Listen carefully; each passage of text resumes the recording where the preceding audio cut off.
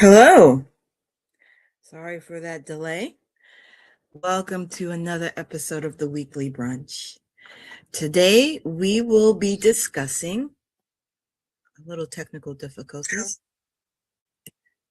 Today we will be discussing doing our monthly check. So we're going to see how we were doing this month. And we are also going to be taking a look at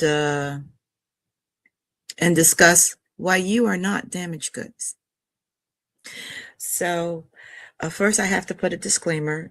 I'm not a professional, and this is me sharing my view on things and some of my personal experience when it comes to some of these subject matters. Okay, so let's go and get started into this.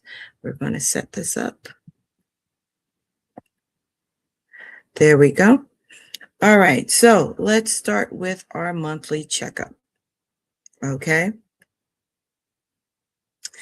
Now, I want to ask you, how are you doing overall? I mean, we're at the end of month 2 of the 2026. Are you looking at the full picture that is known as you? Did you start your journal? We discussed that I believe we discussed journals 2 weeks ago. How does your boundaries look? Did we take a look at that last week? These are things that you want to take a look at. Okay. Now, let's get into the next part. You are not damaged goods.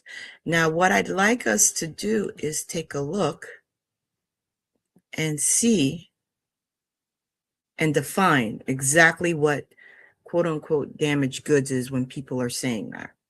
Now, damaged goods, when they talk about it, they're talking about someone who is suffering from severe or chronic trauma that exceeds their ability to cope, often rooted in childhood abuse, neglect, toxic environments, or sudden violent life changes. Now, this definition is very important because these are subject matters that most people avoid and do not address. And I always say the most responsible way to address it is going through therapy, which we will see later on. But they tend to ignore it, which leads to the common characteristics that show. Now, some of these I'm only going to touch on one main characteristic because I believe the other ones should be addressed. And this is my high recommendation through therapy and dealing with it with a professional who can guide you in a safe and controlled environment. Okay. Now, the common characteristics is defensive and fearful behavior, which is what I will be talking about. Another one is emotional dysfunction.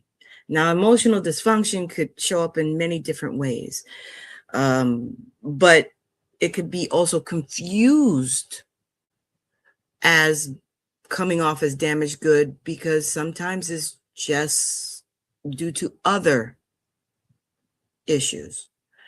That's why I say it's good to go to therapy. Pain-driven actions, which I refer to personally as self-sabotage. Another thing that I think should be delved with professional help. Isolation or aggression. Now, this one is confused.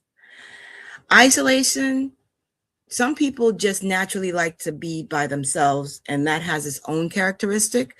So you really can't go by that necessarily. Again, some people just like to be in their home, no television, no phone contact, and just be home. If you're going through midlife crisis or if you're going through menopause or perimenopause, that is part of it.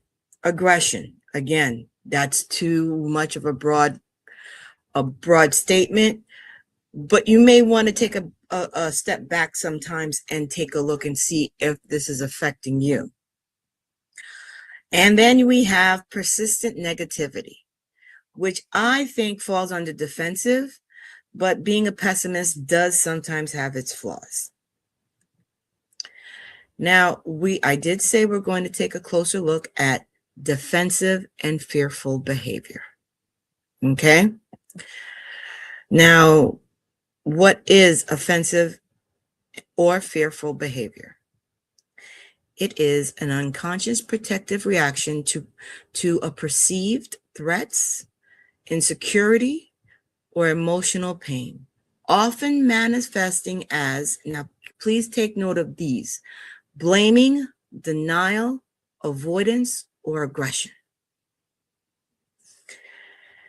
Again, this is a broad statement because all these could be due to other things other than coming off as a damaged good. Now, key things to be aware of. Underlying causes. Now, this is where you have to be completely honest with yourself.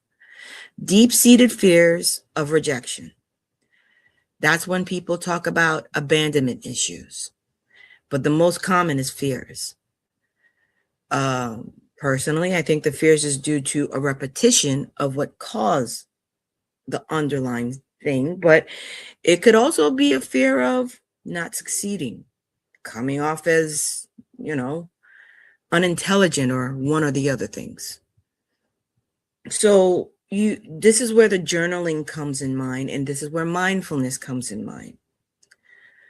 So let's look at some of the common behaviors, which is where we are going to take a closer look at how we can avoid these from happening. Now, the common behaviors is usually verbally attacking people with sarcasm. Sarcasm is a defense mechanism. It is. But sometimes some people are just sarcastic. You see, this is where you have to be aware of yourself. Now, I'm saying this is to identify within yourself. This is not to judge others. This is all about self-awareness. Denial and fabrication.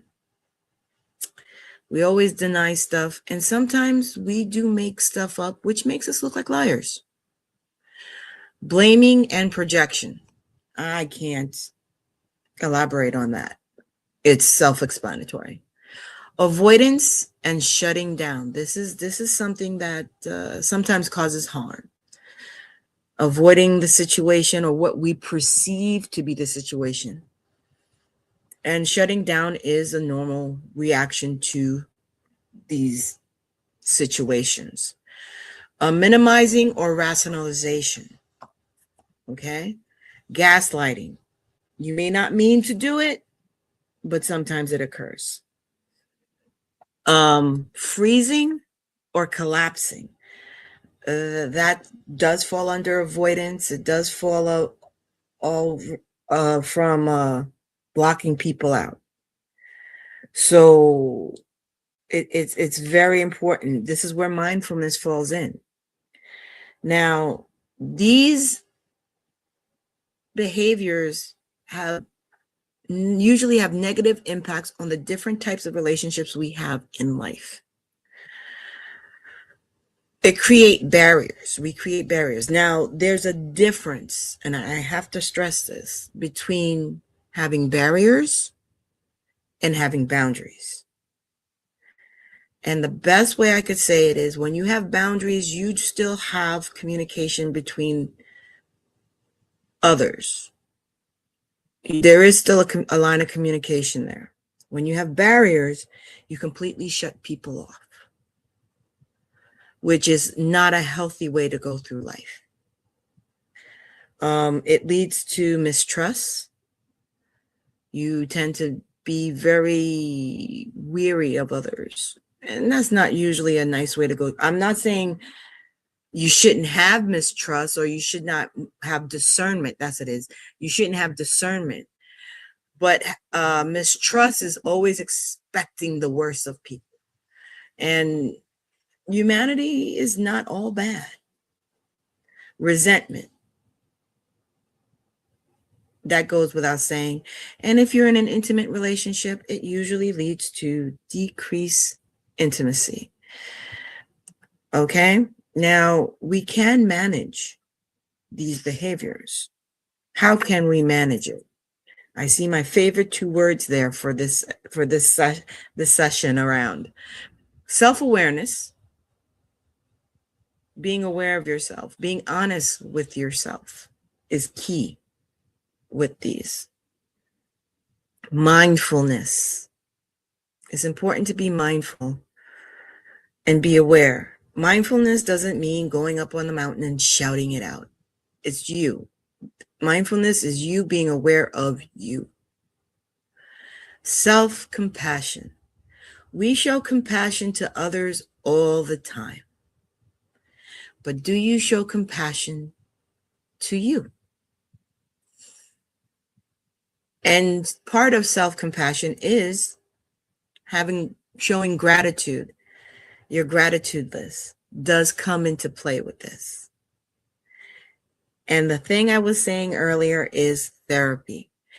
There's nothing wrong with therapy. I know some people have issues with it, but if you find the right therapist, and you do have to find the right therapist, they will provide you a safe environment where you could speak freely, go through what you need to go through freely, and find you self-practices and avenues to help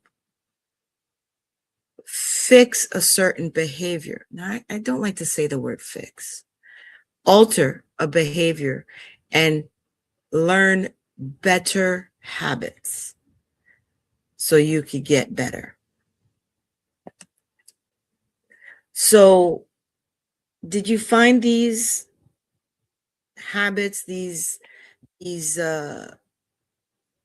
characteristics within yourself as you're doing your self-evaluation?